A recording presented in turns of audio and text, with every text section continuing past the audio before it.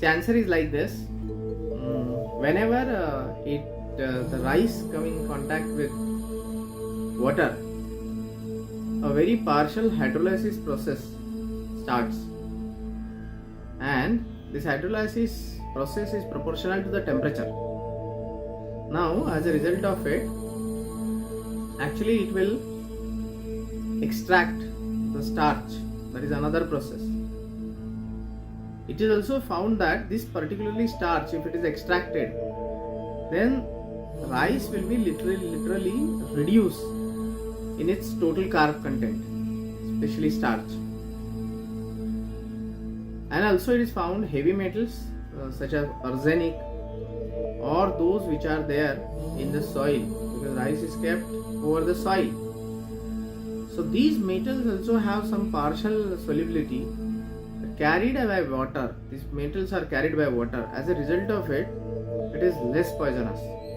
I'm speaking very parts per million, right? It's not like it is a 2 gram of lead or 2 gram of arsenic. Not like that. It's a very parts per million. It affects.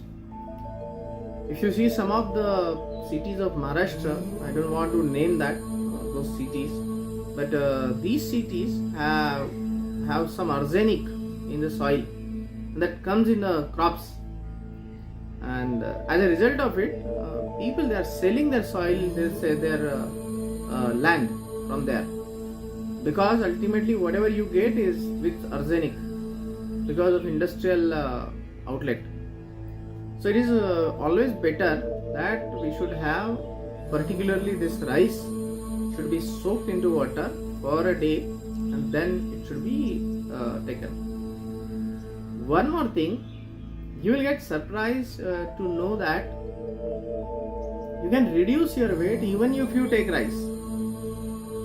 Okay, there is not like you have to do some diet, and even if you take rice. Okay, the only thing is that your quantity should be less. Quantity should not be more. Second thing, you might have seen when I was in China, Japan, there in hospital rice porridge is served. Why rice porridge is served? You will say, if you take rice porridge, you will put on weight? No. The answer is no. Why?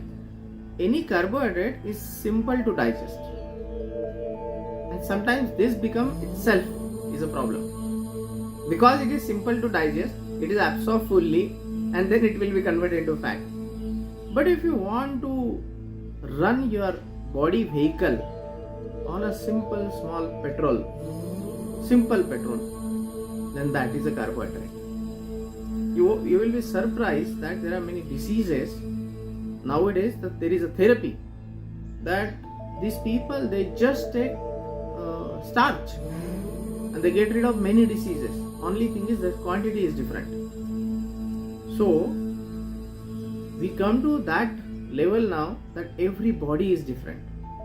So the diet it's an idiosyncratic diet.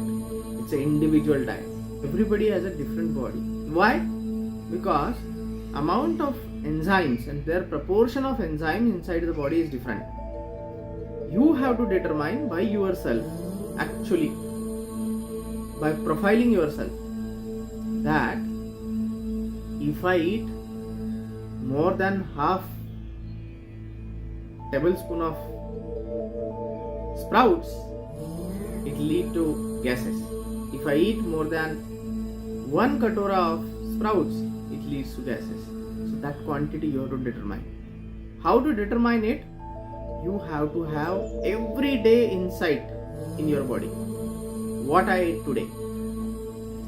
If I ate, say for example, lot of ghee and I am facing this, or if I ate lot of ghee and I am feeling very cool, I am a Pitta Pradhan person, then you have to determine a conclusion out of it.